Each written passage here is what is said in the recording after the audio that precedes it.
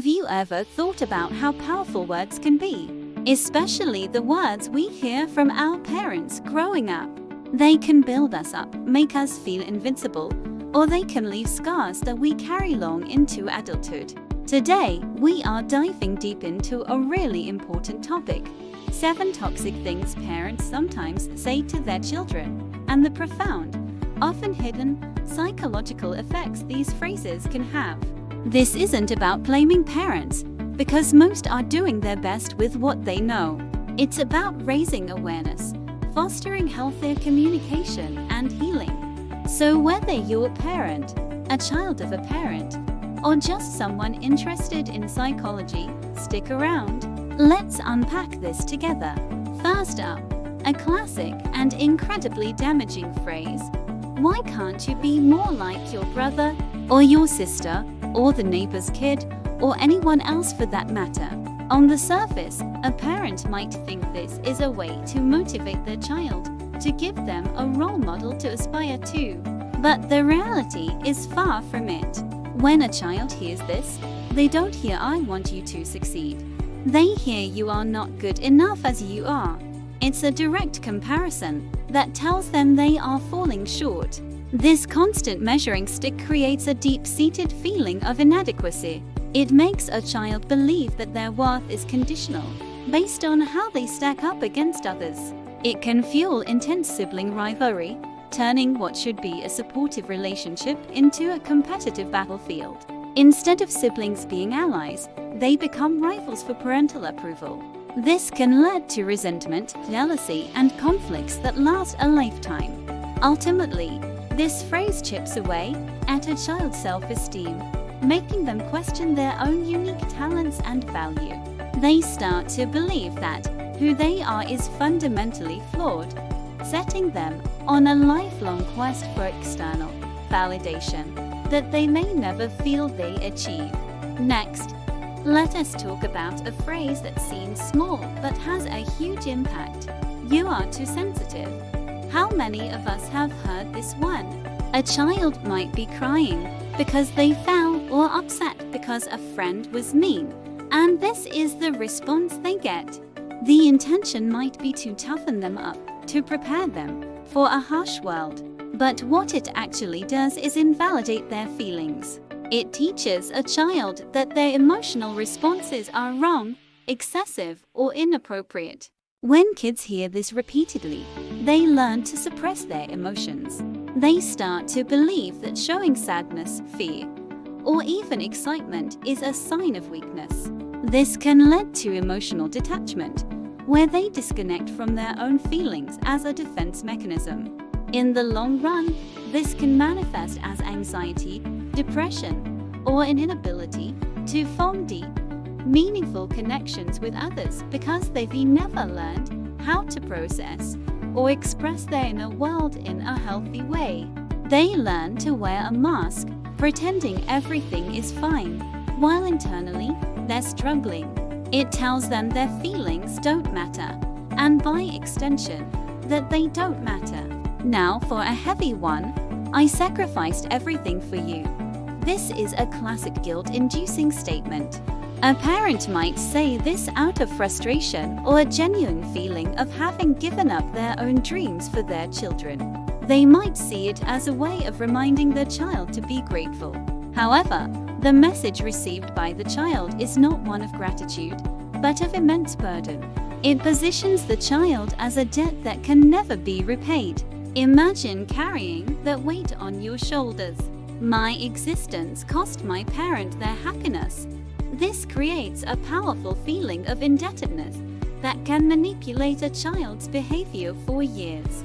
They might feel obligated to make life choices based on what they think will please their parent, rather than what they truly want for themselves.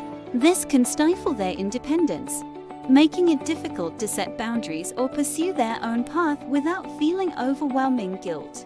It's a heavy chain that ties them to the parent's perceived sacrifice, making it incredibly hard to become their own person. True sacrifice is given freely, without expecting anything in return. When it's used as a weapon, it becomes a tool of emotional control. Let's move on to number 4, which often comes in two flavors. Boys don't cry for sons, and you need to be a polite little girl for daughters.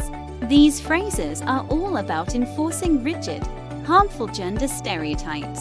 When we tell a boy that he shouldn't cry, we are telling him that a whole range of human emotions, sadness, fear, vulnerability, are off limits to him. We are essentially teaching him to shut down a part of himself.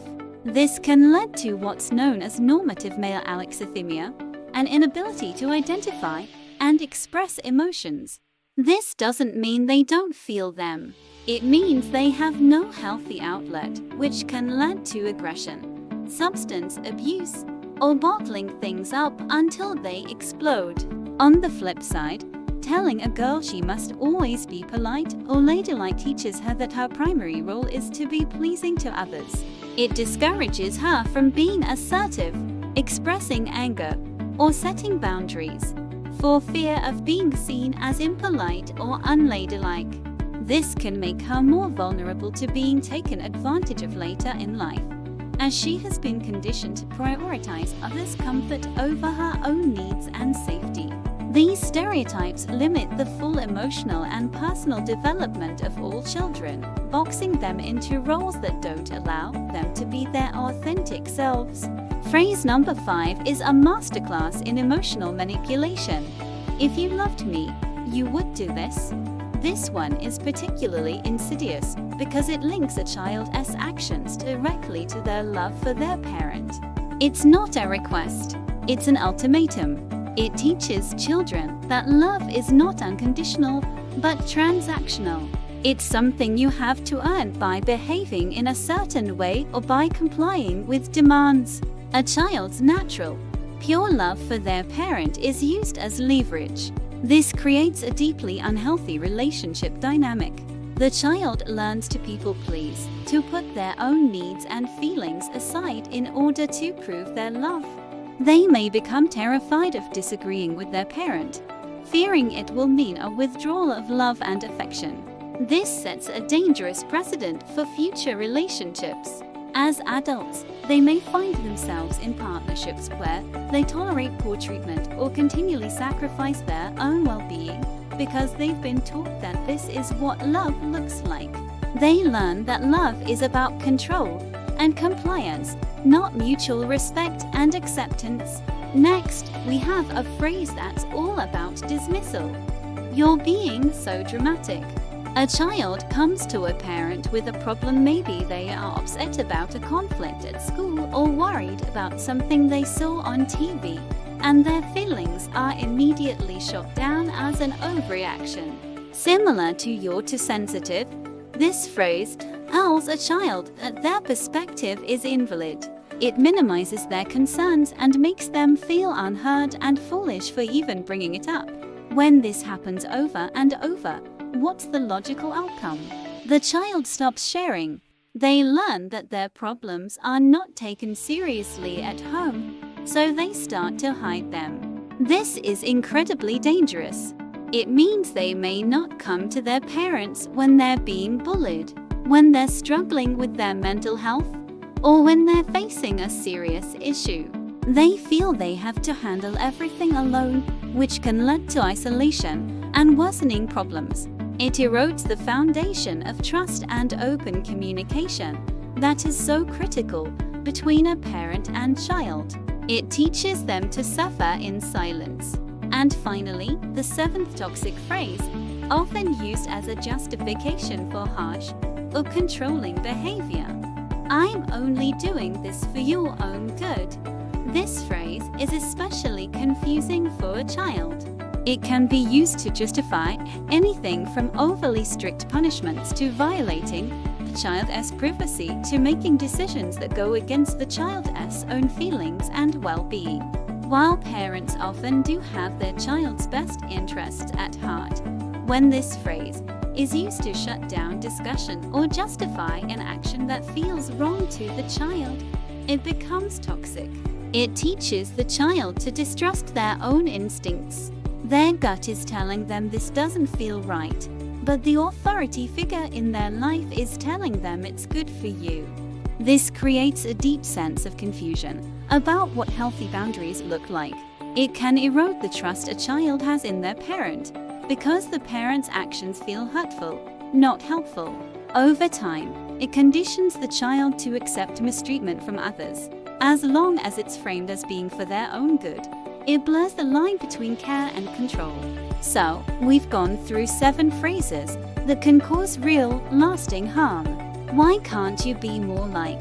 You're too sensitive. I sacrificed everything for you. Harmful gender stereotypes. If you loved me, you would. You're so dramatic. And it's for your own good. Recognizing these patterns is the first step.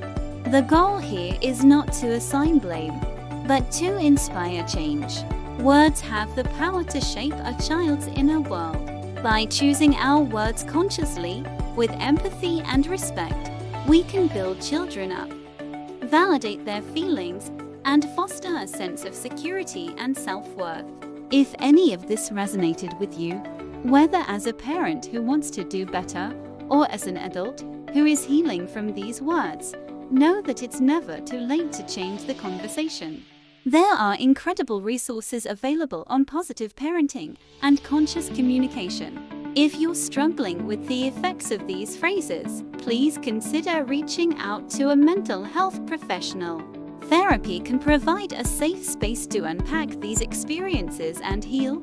Thank you so much for watching and for being open to this important conversation. If you found this video helpful, please give it a like and consider subscribing for more content on psychology and personal growth. See you in the next one.